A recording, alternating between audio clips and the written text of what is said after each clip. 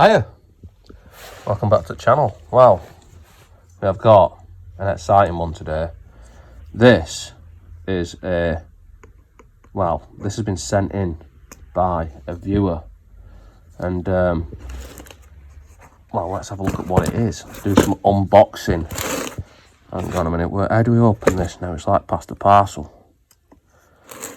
Carefully cut through the outer layer. Fucking hell. Gotta try again. Obviously, with the layers of protection here, such item can only be of unfathomable expense and quality. Fucking nice shit. Right, I'm gonna cut it. Hold on, I'll come back. Right, so we've got a bit further. I'm actually making our way inside the package. Right, so, oh, there's a clue.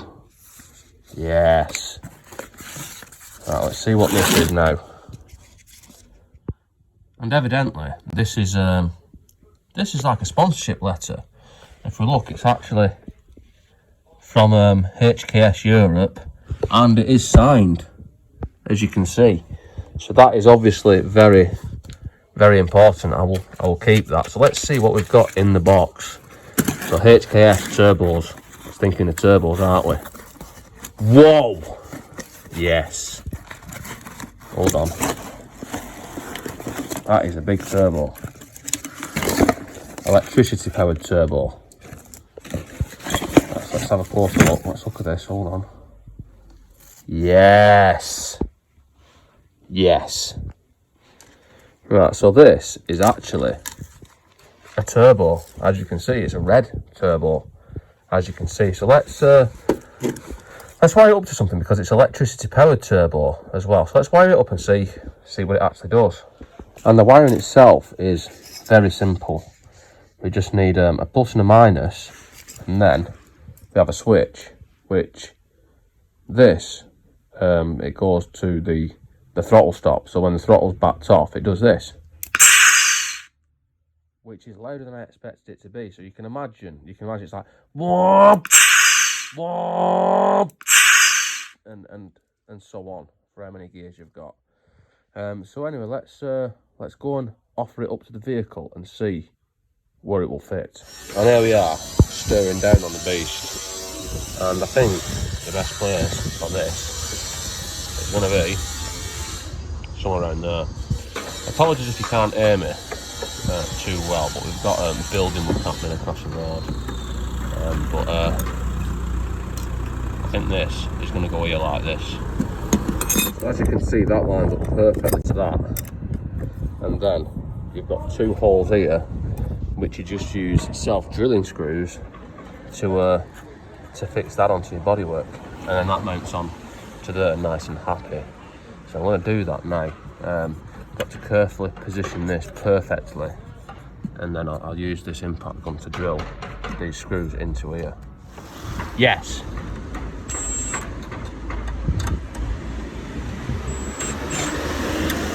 Taut to spec. That'll do. Then when you have the bracket mounted, you need to take off these nuts and bolts, which will then hold that onto there. And it'll be conveniently located to make it difficult to check the oil. And due to the overwhelming quality of this product, these need torquing to around 1,000 Newton meters, like so. And as you can see, it's perfectly located, as I mentioned, to stop you from checking the oil. As easy as what it could be. And it's making the throttle cable bend a little bit more than what it would normally, but it's all fine, it's great. More job to do in future when it fucks up further.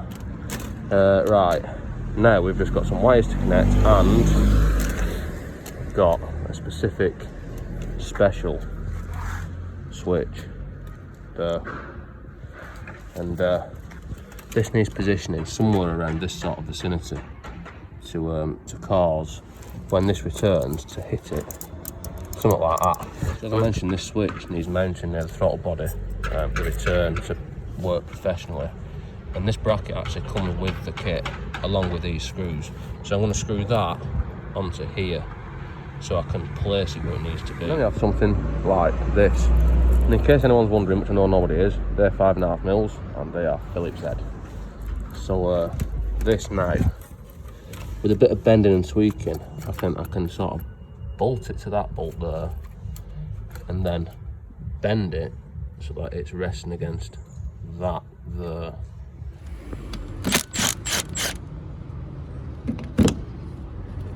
Take that out, which holds the dipstick in place, and I put a bolt in. It doesn't really matter which one, because I'm just going to bend it to suit afterwards. Loving to place that into there, and just nip it for now. I'll probably need adjusting again, but then I can, yes, something like that. As you can see, it doesn't work. I have to rethink that one. Now, I'm having a bit of a rethink with this. Now this makes a noise when this is pressed. So if I set it up, well, it's not going to work now because it's too bouncy, but if I set it up so that when I release the pedal, every time I release the pedal, that is going to press. And that isn't going to simulate turbo, because if I just press the pedal a tiny bit, it's going to do it every time. So what I'm thinking is, if I, instead of doing it so that it's when it presses the button, is when it releases the button. So if I swap, which I'm struggling to do, if I swap that over like that, then in theory I can make it so it pushes it at full throttle, and then when I back off from full throttle only, that's when it will release that and it will work. But this might not work. As you can see, beautifully demonstrated there. So now when we press the accelerator all the way to the bottom to give it full big licks, right, it hits that switch. Now when we back off, and I better actually check that that works. We are connected. No, we're not. Again. Right, throttle open. One.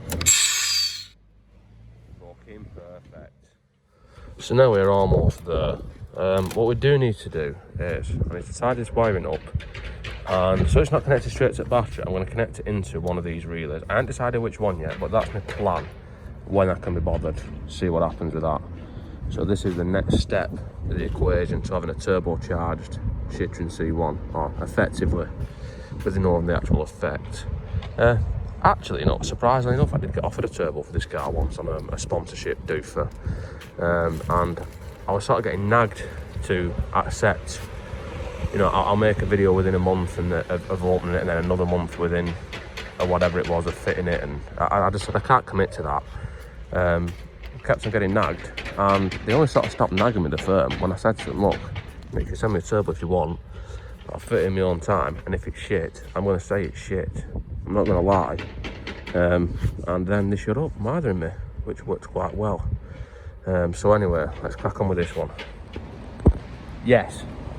Right, so it stopped raining for a bit. Not sure how long for in this current unpredictable climate, but what I was up to is tidying these wires up. Now what I really should do is, these are way too long, but instead of cutting them down, can't be bothered, I'm just going to wrap insulation tape around them with that all the way back, and then just fold it in half, like down there, and then connect them into a power source. Now, when you're putting insulation tape on, one of the very important things to do is, as you're wrapping it, you want to pull it. I think I've explained this before, but insulation tape only really works if it's sort of under a bit of tension, and then it's trying to shrink back and sort of, well, it's trying to squeeze back around what you're wrapping. Sort of only sticks to itself. So that is going to require both of my appendages. So I'm going to do that, and then I'll show you how it looks after. Sort of something like that. Now I'll stop there because I need to incorporate this. Hang on. I need to incorporate this into it so it looks nice and pretty like that. But what I've got to be careful for is, I need to sort of put that against it, and I need to squeeze that like that. But I don't want to kink it too much, because then the electricity won't be able to pass through the pipe. It'll be like a hose pipe. So you've got to be careful for that one. But I'm going to put them there, and you could use a cable tie to hold it in place while you wrap it. I'm not going to bother, I'm going to struggle because I like struggling. And now we are left with this, which, well, it looks factory fit, doesn't it? So all I need to do to make this function as it is intended to is connect that to a plus and a minus. Like I said, I'm not going to go to the battery direct because, well, I've got relays there, haven't I, that I've fitted in other videos. So I'm going to find out which one of them comes on with the ignition, because I can't remember which one it is, and I wire that into the back of it. But first I need to route this wire out the way, so I'll nice and gently put it under here and follow these. I don't know what them wires are for, but I'm going to follow them and then find out that the wire's probably not long enough to reach the relays by, you know, an inch or something. The black one don't matter, I can just connect that to the negative, but the red one will probably need length. I'm going to hook this behind here first anyway. There's a cable tie there I can go through for a start. That's like they're meant to be used, isn't it? Put that through there nice and successfully, as you can see. And then this is just in the way of multiple other well, like that and everything else, but it's fine, doesn't matter, be all right. Right, let's connect it up. And a bit of research has pointed me in the direction of this wire here.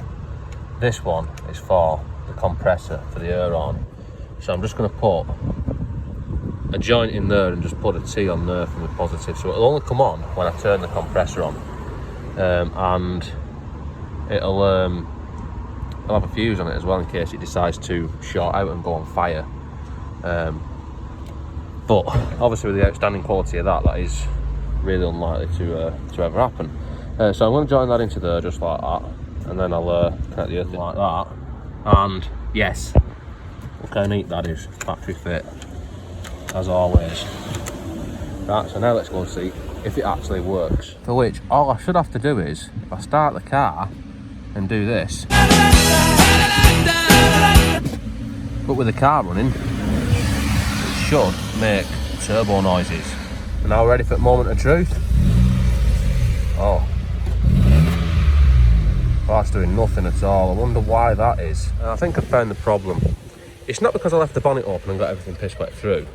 It's because during the commissioning process, I forgot to fit my stickers. It's not going to work without stickers, is it? So let's put them on. For which I think this will be the best location. You know, the usual dual sort of sponsorship sticker location. So I'm going to put them there. But first, before I put any stickers on, I need to clean the area nice and sensually, perfectly, like a new one, and then use a calibrated spirit level to mark, well, with a bit of chalk, a nice level line, because even though we're parked on a little bit of an incline or whatever, we still want the sticker to be level, don't we?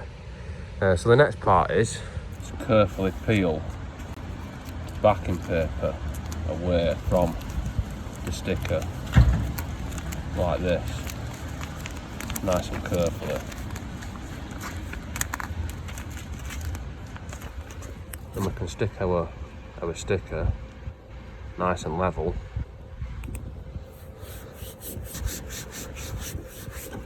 and then remove the protective layer. Now this, when you're doing little stickers like the ones I send out, if anyone wants one, give me a shout, but like the ones I send out, this is like a pain in the arse. You've got to be really slow, really careful, because you've got little tiny pieces, whereas this is quite big, so it should be all right just to the shitter, and pick your rubbish up. And then we've got one that looks like that, and then on the other side I was a bit of a rebel and I went freehand. I didn't use a spirit level on it, you see. It looks a bit like that, but now we've got the stickers fitted, should work. Let's try again.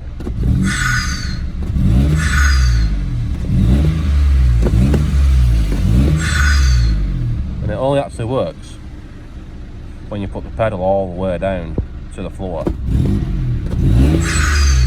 Yes. In fact, even better and more realistic than that. Not only does it only work if you put your pedal all the way down to the floor, right, look, it doesn't work there, but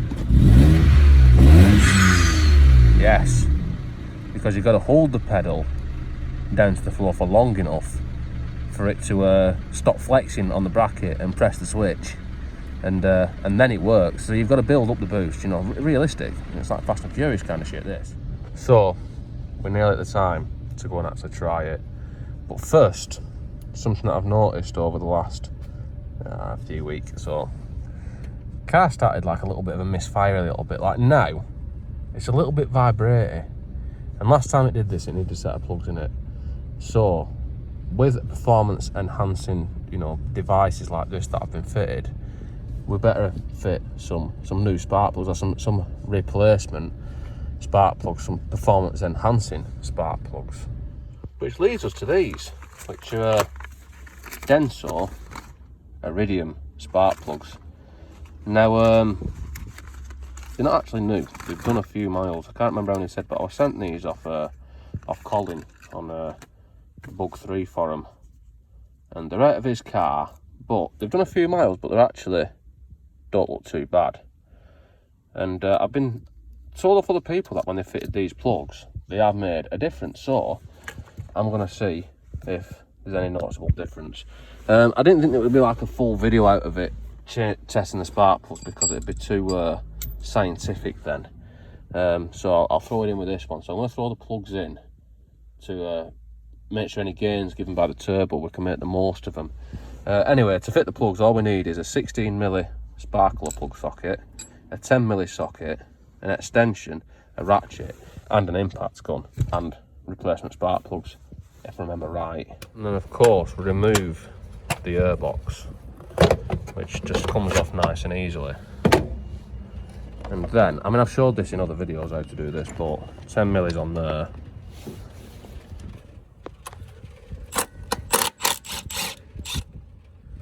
And unplug, well, I'll take that off. Unplug the coil. You don't even have to unplug the coil actually. And then we take our sparkler plug socket and we do something similar. Careful removal. Yes. And these plugs, you know what? They haven't been in that long, but they have worn down a noticeable amount actually. So let's put our new one in, or our replacement one in. Nice and carefully, make sure it's not cross-threaded. Torque to spec. Obviously checking it by hand to make sure that it is correct. After all, I am a professional. And then we'll put this back in. And then put that back on. Also torquing to spec. And do the same for the other ones. Now all fitted, and we can see that the old ones were actually, like I said, more worn and more burnt out than I expected them to be, because they've only probably done about, I don't know, 6,000 miles or something. They've not done that much, maybe a bit more than that, but not much more. So let's put this back where it belongs, nice and easily. Right, and make sure our air filter is connected to the throttle body as it should be, and that's that done too. And now let's start it. Turn that off a minute. And let's see. So far it's alright. Silky smooth. I'll just have to see if it feels any different when I'm driving it to make any kind of assessment on that. Generally speaking, Iridium plugs aren't usually for anything like extra power or anything like that. What they are for is they last longer. So the spark out of them, in my experience, or my opinion, isn't actually normally as good as normal plugs, because I work in a bike shop, and what I find is Iridium plugs tend to foul up easier than standard plugs, just in my experience. But Iridium plugs last longer. I mean, these ones have done way more mileage than what the ones I took out had done, and they do seem better. Like I said, that's not because Iridium's gives a better spark normally, it's just because the ones I took out seem to be pretty worn out and a bit fucked. But it does seem to be ticking over nicely now. Anyway, let's just see how it dries with our new turbo and new sparklers fitted. And the results, surprisingly impressive. It's much more smooth, and I said much more, noticeably more smooth, and it does this. Yes. Yes. So, could you ask for more than that?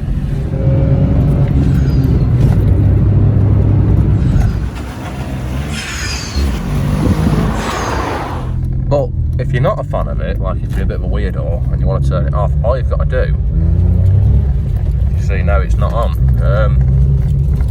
feed it some antihistamines and it'll stop sneezing, and you can turn it off that way. It works both ways. And well, so far so good. I'm in the posh part of Oldham waiting for my kebab, and upon ascending this hill, which now you might notice that my spirit level stickers aren't level anymore, because this is quite a steep hill. It doesn't look that bad from it, but it's quite a steep hill. And I didn't even have to change down, it was just nice and smooth and powered up it like a 1 litre should. So that's pretty much it for this one, I think. I don't think I've missed anything out. I'd just like to, you know, thank Mr. Matthew Kiss for the turbo. I couldn't have done it without you. You know, nice sort of a sponsorship deal going on there. And Colin off the Bug Group for the plugs, because even though they've done, I think, probably 3 times as many miles as the one that come out of mine did, it is running nicer with them, and they're a lot of money, them plugs, so I didn't want to buy any just to test them, but it is running nicer with them. So anyway, yeah, I think that's pretty much it for this one. So don't forget to comment, like and subscribe, all that stuff, and see you next time. Well, I said it at the end, but unfortunately our back part's in the shagger position, undrivable, completely undrivable, broken down, because yes, that switch is broken. So now we haven't got the luxury of our turbo, so I'll have to replace that switch at a later date. But for now, I'm going to have to park the car up, because I can't drive it without that. So I'll park it up in the shagger position and use the BMW until it's fixed. So then that is the end of the video now.